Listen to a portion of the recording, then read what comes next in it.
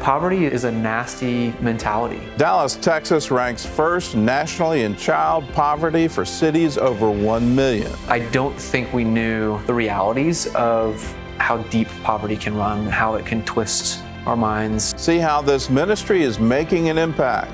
I love that people are dreaming and that we're seen as somebody who might be able to help bring that dream into reality. Plus the holidays like you've never spent them before. Get ready for a total Christmas makeover and learn what it means to truly celebrate the season. All on today's 700 Club Interactive. Well, welcome to the show. It's Christmas time, and many Christians still feel that there's a war on Christmas. Believers have spoken out about the use of holiday images and phrases that do not contain Christ. And a majority of stores refuse to use the word Christmas. Well, recently, when Catholics wanted to put a Christmas ad on public buses and kiosks in Washington, D.C., they were told no. The ad bears the images of stars, shepherds, and sheep with the text, "Find the perfect gift." The Archdiocese of Washington is suing the transit authorities, saying they violated the free speech of the city's Catholic Church. They say the ad conveys a simple message of hope. It encourages people to give to the needy and to participate in the Christmas season. A Metro spokeswoman says the ad violates its guidelines because it depicts, quote, a religious scene and thus seeks to promote religion. The transit system changed its advertising policy 2 years ago. Yeah, this is misguided. Wow. And I agree with the lawyer for the church on this one. This is absolutely a violation of free speech. And this isn't some private Metro group. This is the District of Columbia. That's who owns this. And so it's government action. And it's not going to stand. But I'm glad to see somebody taking legal action rather than just letting this slide by and saying, oh well, you know, they're off the target on this one. I think got to stand up. They got good lawyers. Well, speaking of ads, an atheist group recently launched a new billboard campaign encouraging Americans to skip church. The signs were put up by the group American Atheists with one billboard featuring a manger scene calling the original fake news. As you can see, another ad shows the Oklahoma City skyline with Santa's sleigh flying overhead saying, just like Santa Claus, the atheists are coming to town. Well, these various billboards will be up for the month of December in a few cities across the United States. Yeah. Good for the goose, good for the gander? I don't know.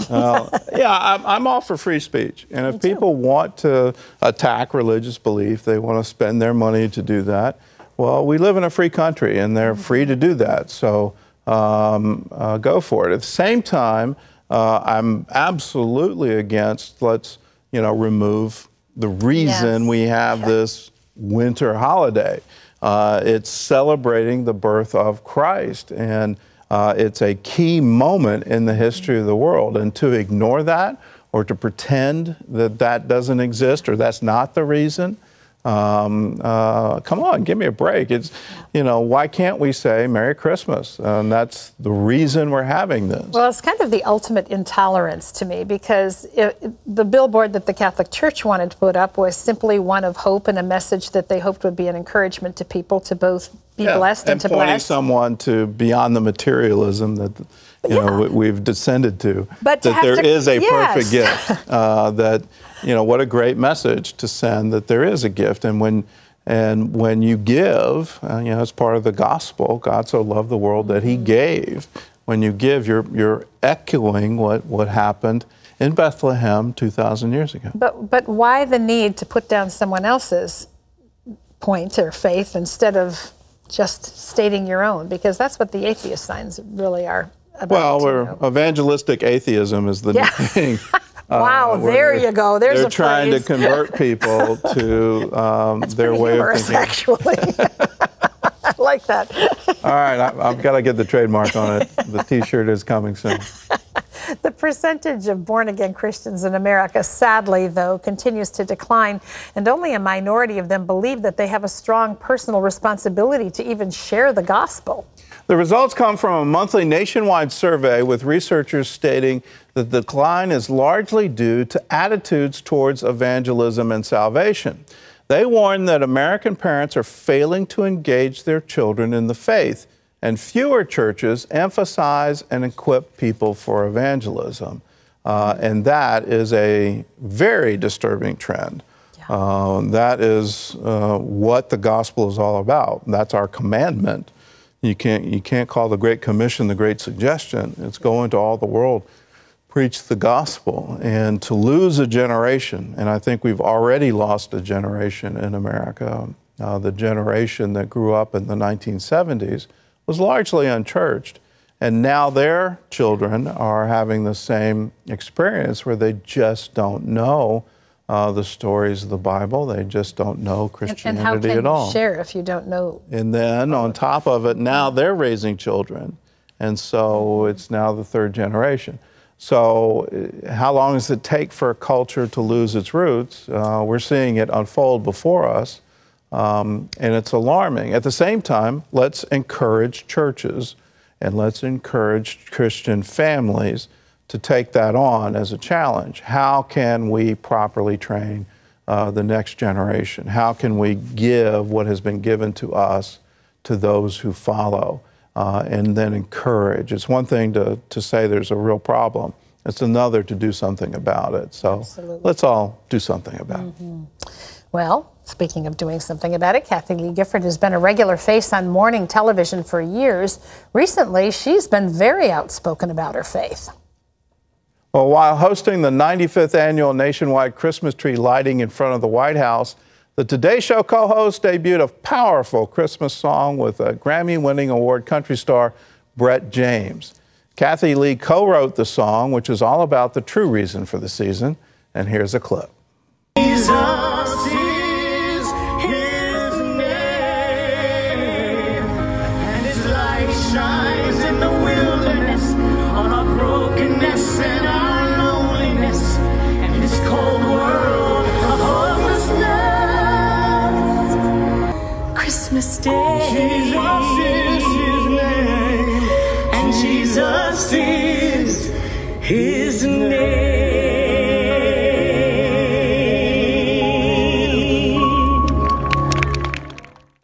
The song is called Jesus is His Name, and it is available on iTunes. And that's a wonderful thing. Wonderful thing. Taking advantage of an opportunity to really share something that can change lives.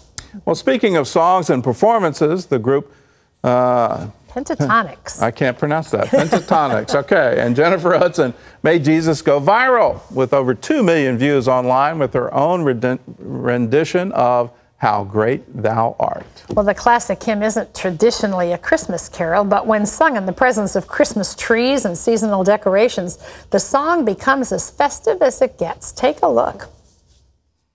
From lofty mountain grandeur, and hear the brook, and feel the gentle breeze, then sing my song, to thee. How great thou art,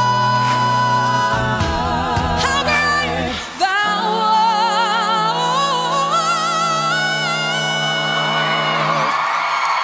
how great thou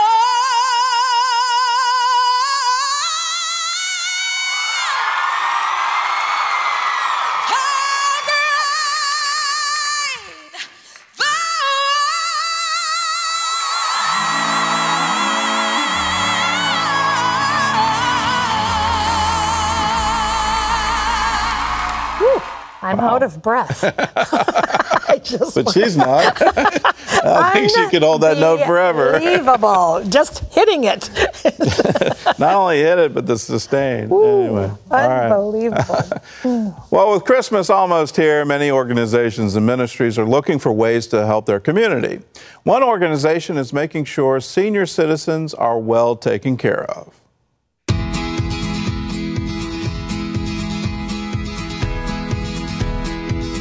if you're in your home as a senior all day and not really interacting with the outside world, I could imagine that that can get lonely. This is what I see a lot in the cards, that, you know, this is the first present I received in years for Christmas, and I didn't even expect it. And I'm just filled with joy knowing that there's someone out there that thought of me. So that idea of just being thought of being remembered, of being recognized, that I am here, I think is so important.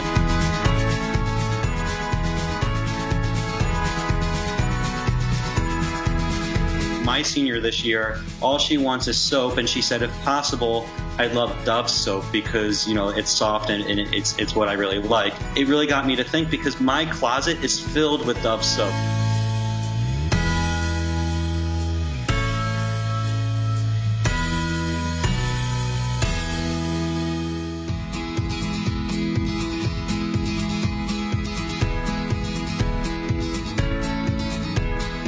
You see this room that's empty in the beginning start to fill up, and by the end of the day there's about 5,000 presents there. A lot of the seniors are asking for basic things like toilet paper or cat litter. Some of them get a little adventurous and ask for things like John Wayne DVDs.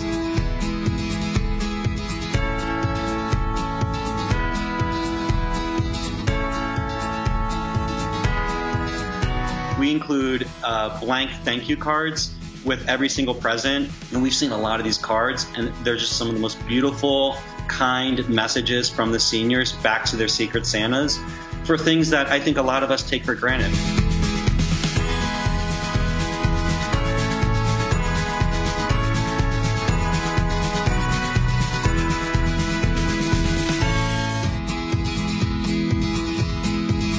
I have a grandmother that's 101. I would want these seniors to get the amount of love that my grandmother receives from me and my family from the community. They can be overlooked. If we make it easy for people to recognize the need and then to plug in, like through a program like Adopt a Senior, I think it raises awareness and that opportunity to share the kindness that all of us have inside of us.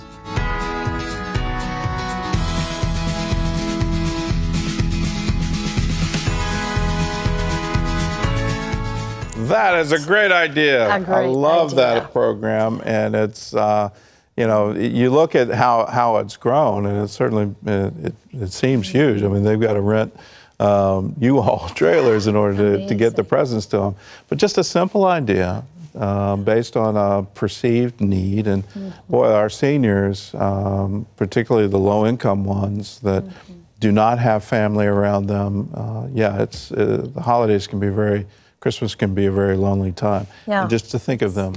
I just went home to visit my mom, who's in a memory care unit up in the north, and you know, one of the things that you come away with is just how lonely people are. They're just alone a lot of the time, and to just think that somebody's thinking of you, I think, is so significant. Yeah. It's a great idea. Just a simple bar of soap. Make a difference.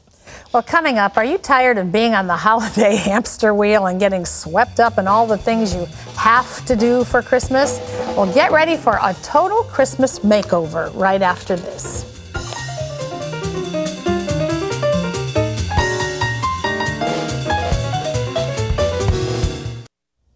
Well, with all the hustle and bustle of the holidays, it is easy to get swept up and then overlook the real reason for the season. Author Melissa Spoelstra says that between parties, baking, wrapping, and decorating, we sometimes forget to invite Jesus to his own party. Take a look.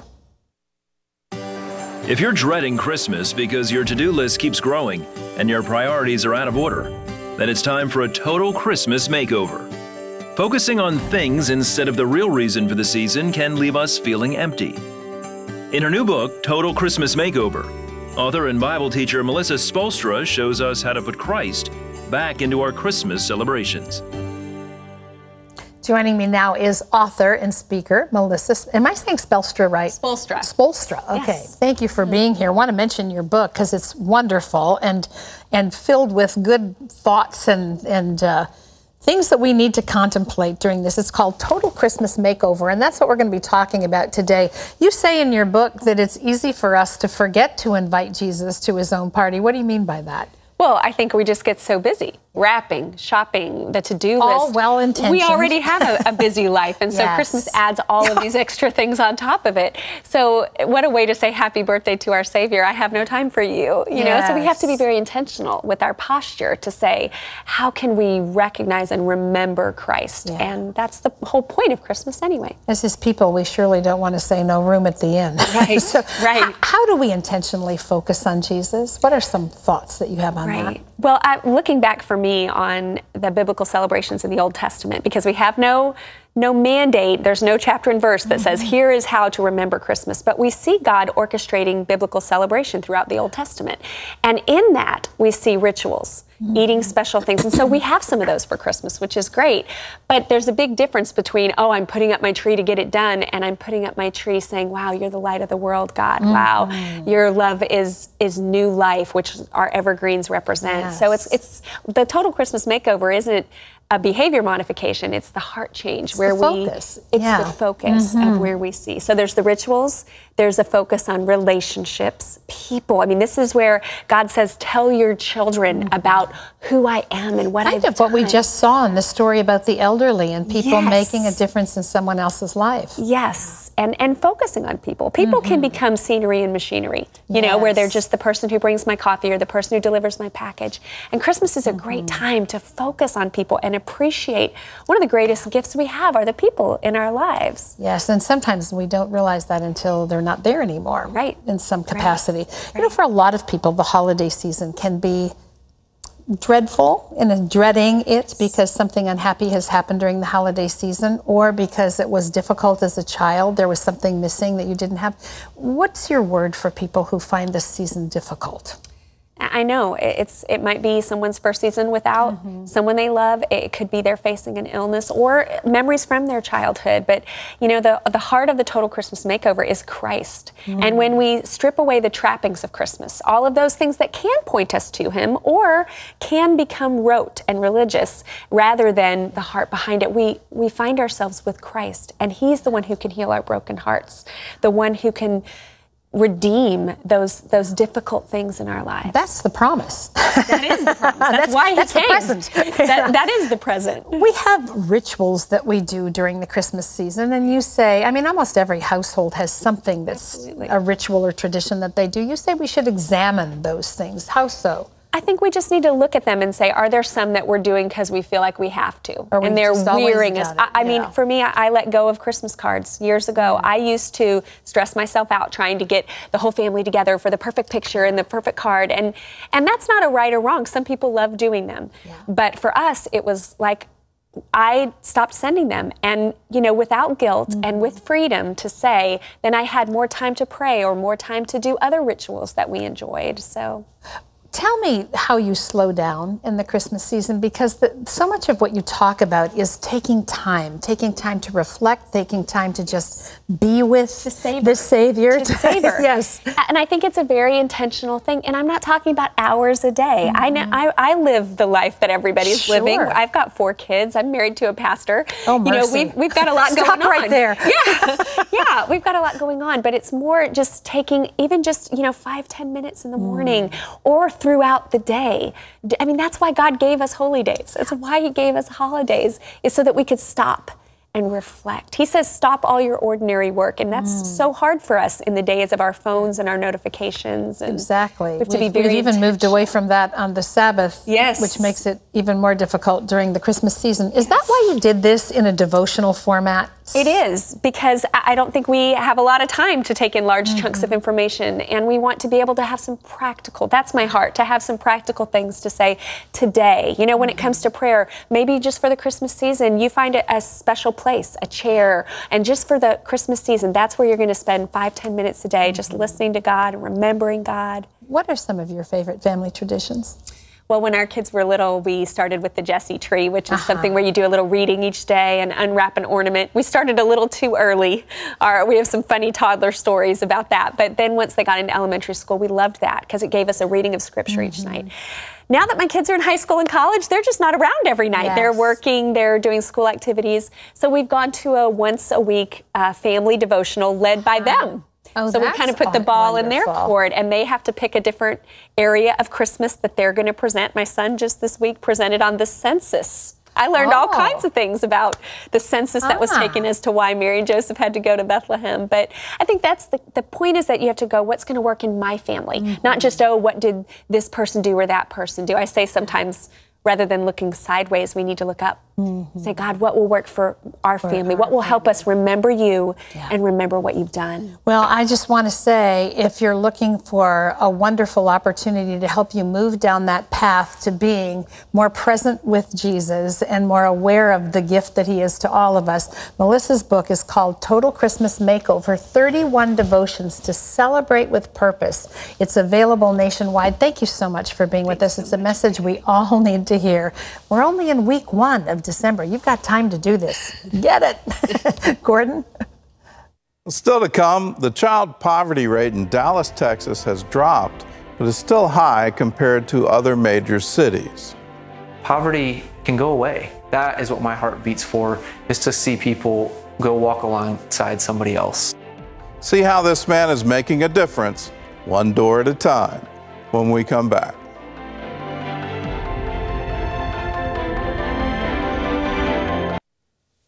The saying that everything is bigger in Texas could not be more true in regards to poverty and hunger. Texans have a steep climb when it comes to rising out of poverty. But one ministry wants to change that. Take a look.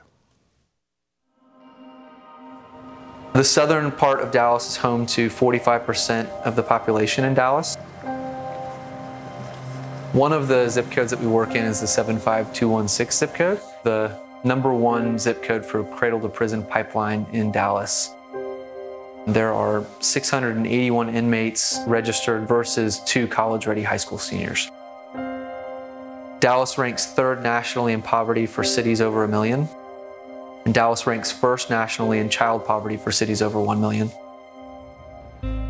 I don't think we knew the realities of how deep poverty can run, how it can twist our minds into believing things that just aren't true of ourselves.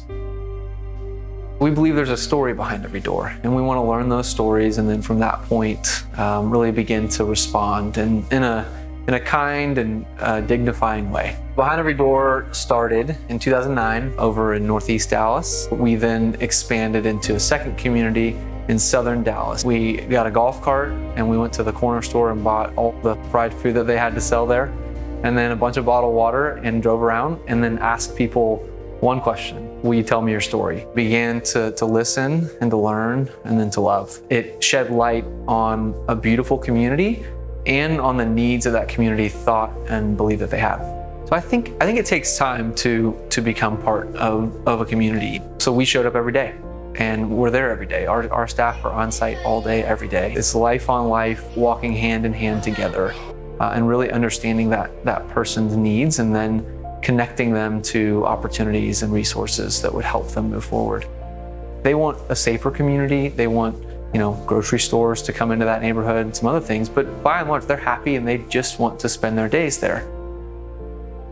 There are plenty of challenging moments. We went through a season where we began to see some crime that we hadn't seen since the day we showed up, and people were beginning to respond to the gospel in some ways we hadn't seen before, some very positive ways. And so then at the same time with this spike in crime, and it was just a dark kind of 6-month season. And yeah, that was hard to go, are we doing something wrong or what's happening here? We gathered on a Friday night and prayed and worshiped inside the apartment community, and it had a massive kind of almost instantaneous impact. Poverty is a nasty mentality. It's the same reason that you might have somebody growing up in poverty say, well, I'm just going to get on some kind of an assistance program and I'm going to kind of live out my days here. And I think that takes time to say, well, no, these other things in this world are for you too. That job as a lawyer or as a doctor that you dreamed about as a kid, that's for you too. You can do that, and I want to help you get there. I want to help you kind of walk down this path to get there. I love that people are dreaming and that we're seen as somebody who might be able to help bring that dream into reality. Isaiah 58 is an amazing chapter. If you get rid of the yoke among you, the finger pointing and malicious speaking, and if you offer yourself to the hungry and satisfy the afflicted one, then your light will shine in the darkness and your night will be like the noonday. The Lord will always lead you and satisfy you in a parched land and strengthen your bones. You will be like a watered garden and like a spring whose waters never run dry. Poverty can go away. That is what my heart beats for, is to see people go walk alongside somebody else.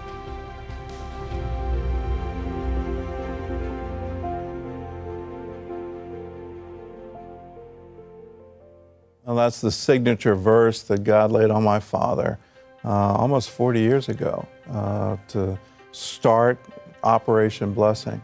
Let your salvation break forth like the dawn. Take care of the poor and needy. Here it is from Proverbs. He who has pity on the poor lends to the Lord, and he will pay back what he has given.